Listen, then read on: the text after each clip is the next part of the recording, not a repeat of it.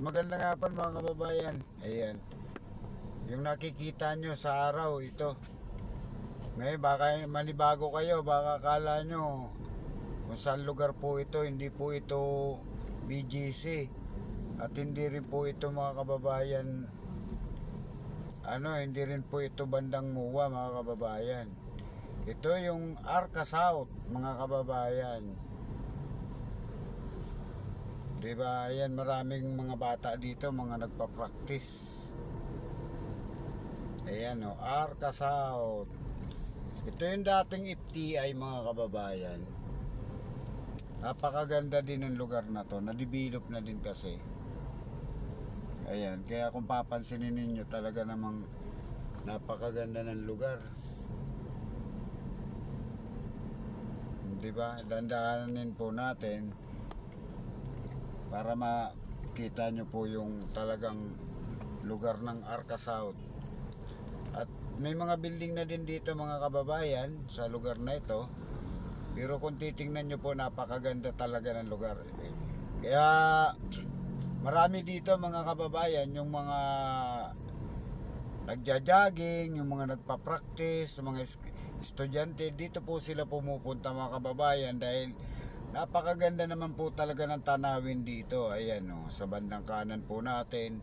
Yung mga hindi po nakakarating dito, ito po yung Taguig, parte ng Taguig, Arca South. Ito yung tinatawag na dati FTI po ito mga kababayan. Ayan, kaya napakaganda po ng lugar. At napakaganda po ng tanawin talaga, nakakamangha po. Kaya yung mga hindi nakakarating dito, bukod lang sa sa BGC, mayroon pa din ayan oh. 'Di ba? Napakaganda po ng lugar, ayan, tanawin. Kaya yung iba dito bawal lang yata mag-picnic dito. Napakaganda po. Napakaganda po dito ng mga lugar na yung saka ka dito yung tawag diyan, dito yung mga tao yung protektado kasi yan may mga gwardiya. Napakaganda. Boss.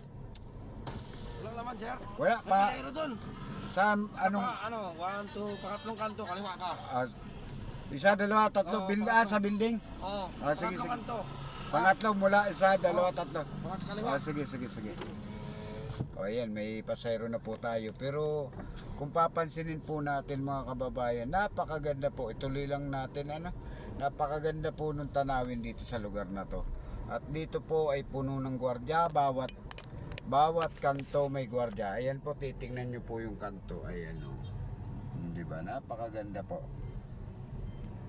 Tandahan lang po tayo kasi nandito tayo sa loob ng subdivision. Pero nagbilang tayo, sabi ng gwardiya, pangatlong kanto. At sana mapuntahan nyo po itong lugar na to mga kababayan dahil napakaganda. Tutulinan na po natin kasi may nag-aantay po sa atin. O ayan, nakita nyo naman kung gaano kaganda yung lugar. O walang traffic. Kabaliktaran naman po ito mga kababayan kasi doon sa BGC napaka-traffic. At dito naman sa kabila na ito, wala ka makitang traffic. Ayan. 4 na minuto na po tayong tumatakbo. Saan banda yung pangatlong kanto nito? Pangalawa pa lang ito. Di ba mga kababayan, nakita nyo naman. May mall din dito mga kababayan. Ang mall po dito is ang tawag dyan, Sun Mall. Ayan, napakaganda po ng lugar. Ayan napakaganda ng tanawin mga kababayan. Pero dahil nga may instruction sa atin na pangatlong kanto ito, pangatlong kanto na po. May mga building na po kasi. Ayan napakaganda mga kababayan. Kaya sarap dito maglakad-lakad. Kung napansin nyo, marami ditong naglalakad-lakad mga kababayan. Dating FTI ito mga kababayan, yung mga hindi pa nakakarating dito. Ayan. Ito na yung pangatlong kanto. Papasokin natin. Baka nandito yung pasahero. Sana naman hindi doon sa mga lugar na matraffic.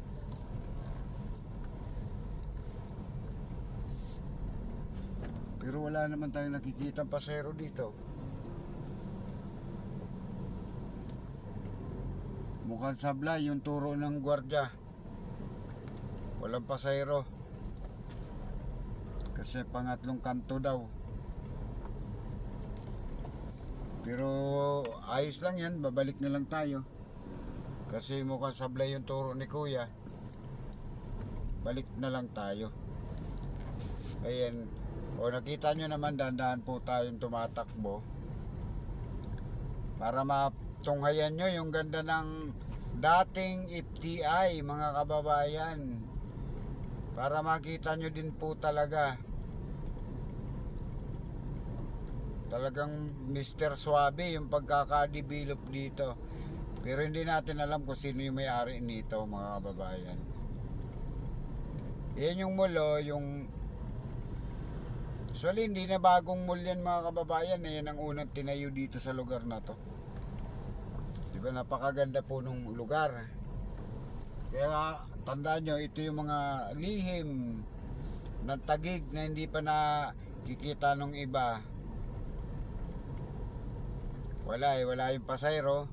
Ayan, may mga ayan, hihinto tayo saglit para kasi mahirap makasuhan tayo ng nagdadrive, nagbibideo. Ayan o diba? May mga nagpipiknik, mga estudyante, mga kababayan. Ayan o. Ang init-init pero ayan o, may diba? Tsaka meron pa doon sa bandang unahan, mga kababayan. Ayun o.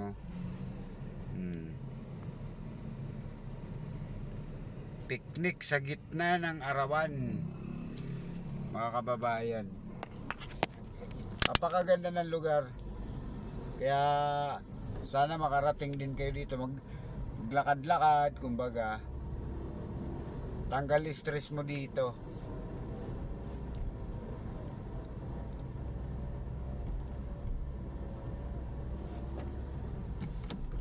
Yun nga lang, mga kababayan, napakahirap pumunta dito dahil minsan yung papunta dito ubod ng traffic.